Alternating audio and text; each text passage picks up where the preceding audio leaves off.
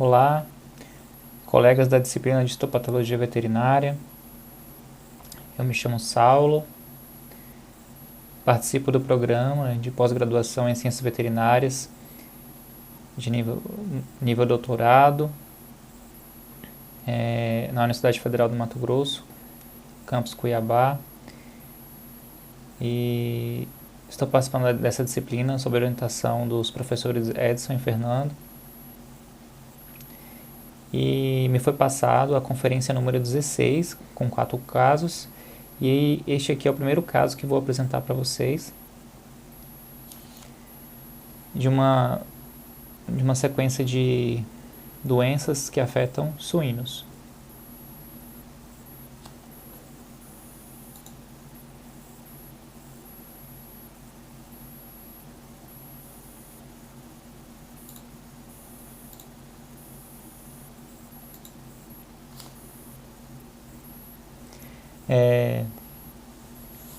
Esse caso 1 era um suíno Sus scrofa de raça mista, macho, de 3 meses de idade. O animal não tinha histórico de ter doença anteriormente e foi encontrado morto.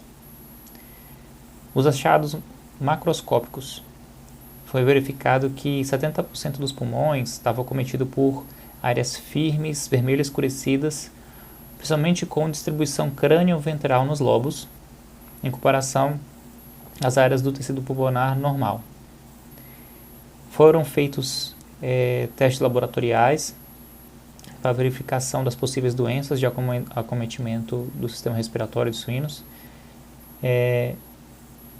e o PCR de um fragmento de baço deu positivo para o vírus da síndrome reprodutiva e respiratória porcina. No pulmão fizeram uma imunistoquímica com marcação imunoreativa, então, para esse mesmo vírus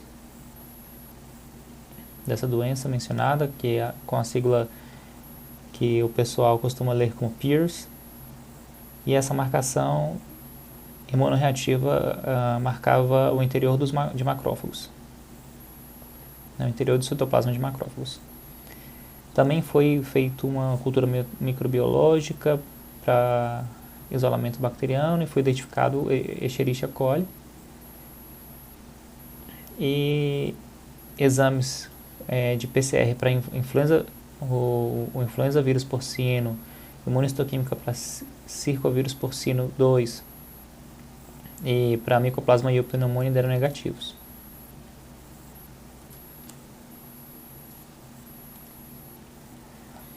Então, nessa imagem submacroscópica do fragmento de pulmão afetado, a gente consegue ver então uma distribuição difusa de alterações que comprometem tanto o espaço intersticial como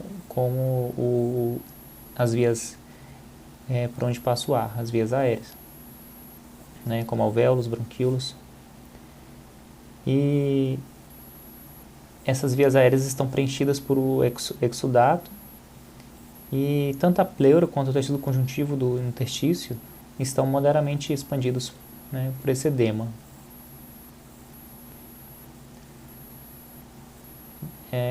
Aproximando um pouco mais, chegando mais perto do fragmento, a gente observa então que os septos alveolários e o interstício está com infiltrado de células mononucleares, edema, congestão de vasos, e o lúmen está preenchido por um exudato com macrófagos necróticos,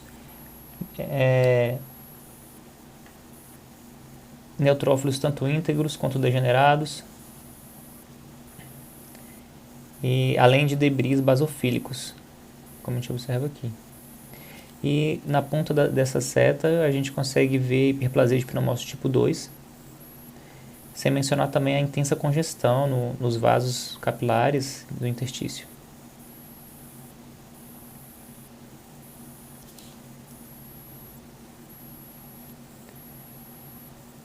Em outra área, era possível ver então agregados de cromatina intensamente basofílicos, com distribuição multifocal no fragmento.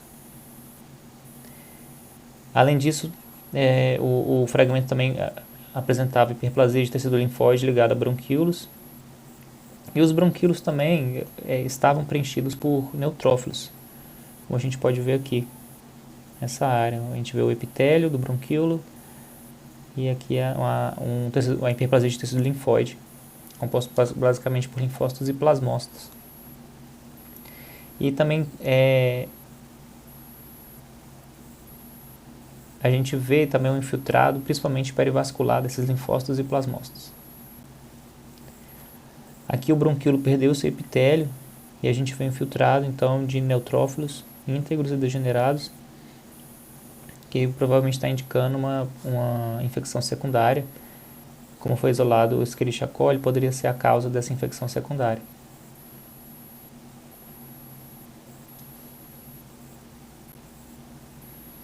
O diagnóstico morfológico dado então pelo Joint Pathology Center ficou em 2 diferentes diagnósticos para o mesmo tecido, porque são condições diferentes, uma causada por um vírus e outra causada por uma bactéria. Então, o diagnóstico 1, pulmão, uma pneumonia intersticial, linfoestiocítica difusa, grave, com hiperplasia de pneumócito tipo 2, necrose de macrófagos intraveolares e marcada hiperplasia linfóide peribronquiolar. Então, essas lesões causadas pelo vírus Pierce. E no diagnóstico 2, uma broncopneumonia necrosante e supurativa difusa leve, provavelmente causada pelas bactérias, infecção secundária. Tanto os achados macroscópicos e os histológicos sugerem fortemente a doença Pierce. Tais achados não são sempre encontrados, pois depende da cronicidade do caso. Então, muitas vezes os animais morrem, não apresentam essas lesões, mas a gente pode ver em alguns animais mais graves.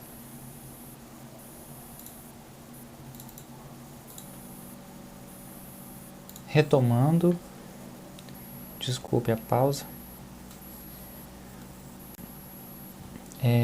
Então, a síndrome respiratória e reprodutiva porcina, ela é causada pelo vírus da Pierce, que é do gênero Arterivirus, família Arteviridae.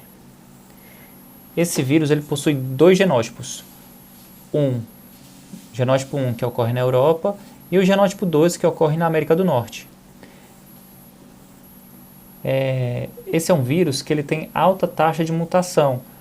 Muitas vezes os criadores de suínos nas granjas vacinam o seu plantel. Contudo, devido a essa alta taxa de mutação, muitas vezes a vacina não funciona tão bem quanto esperado. É um vírus que causa problemas respiratórios e também reprodutivos nos suínos.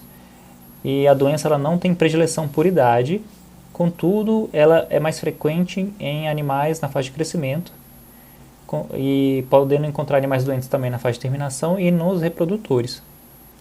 É uma doença de importância econômica porque causa muito prejuízo, porque em rebanhos que nunca teve uma infecção, na primeira infecção, e quando tem disseminação entre os animais, podem morrer até 50% dos animais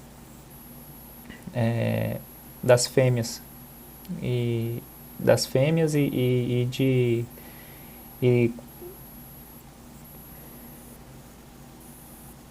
na verdade pode acometer até 50% dos animais do plantel a doença, né, 50% de taxa de morbilidade com 10% de letalidade.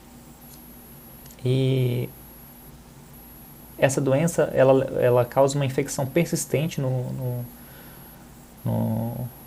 nos animais das granjas, porque os timócitos, que são as células que são linfócitos, né, que vão da medula óssea para o timo para passarem pelo processo de seleção negativo e positivo para serem depois ativados. E nesse processo de seleção, esses timócitos ficam defeituosos devido à infecção, e aí eles não reconhecem o vírus como não próprio. e aí não consegue, depois que sai do timo, eles não reconhecem o vírus para eliminar do organismo. Isso faz com que ele consiga se desenvolver nos animais e manter uma infecção persistente.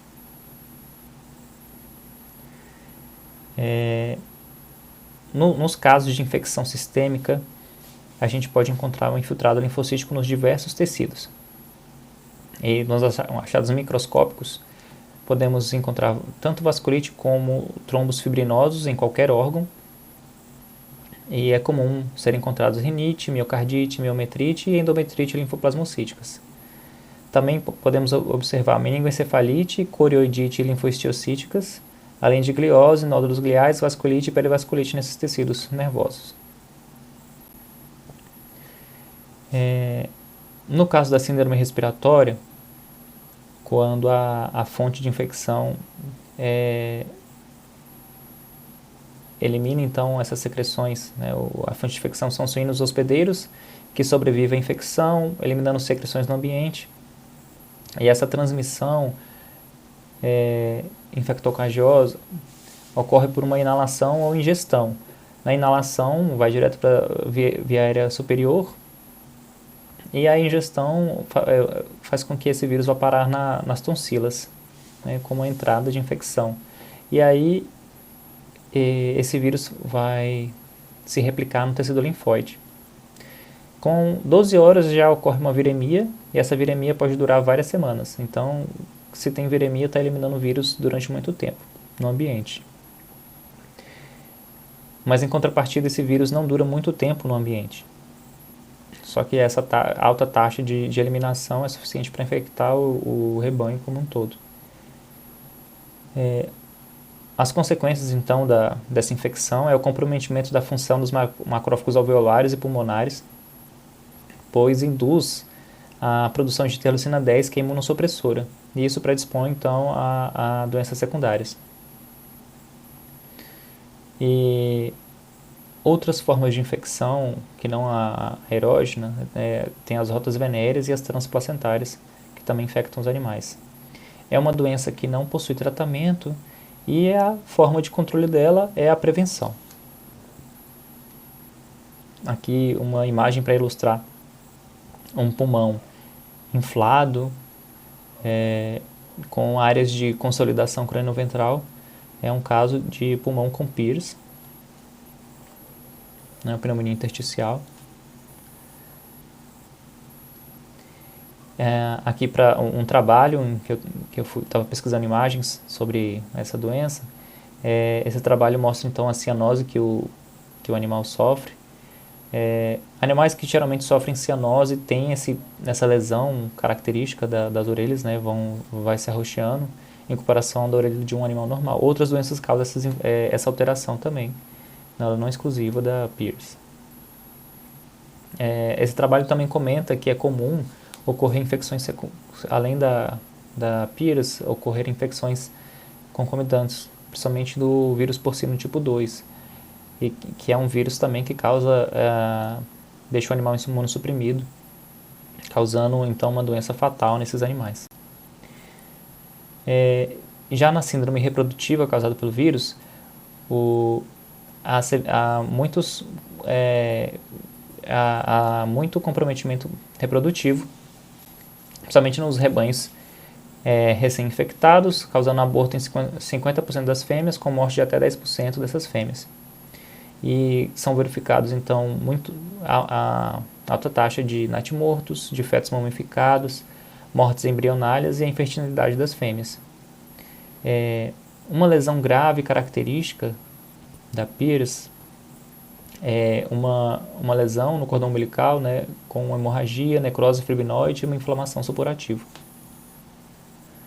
Aqui uma imagem de fetos mumificados e abortados, e a imagem inferior a gente vê então uma fêmea que abortando os fetos recém-abortados.